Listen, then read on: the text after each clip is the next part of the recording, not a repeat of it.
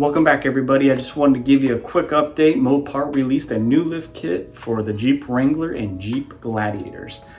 Still a 2-inch lift kit, but they removed the Fox shocks and replaced them with the Bilstein Reservoir shocks. From the pictures, it looks really cool. I plan on getting this for my Gladiator. If you guys get it, post it on our socials. We'd love to see what your Jeep looks like with it. I stopped out to our Jeep dealership, went to the parts counter and gave them a part number, and they did have them in stock.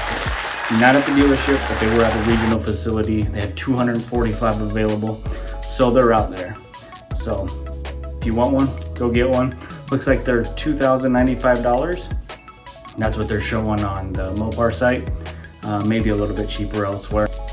Let me know in the comments, is this something you're interested in? Do you guys prefer a different brand? Do you love your Mopar ones now? Do you wish they would have stuck with the Fox shocks? I'm curious, let me know.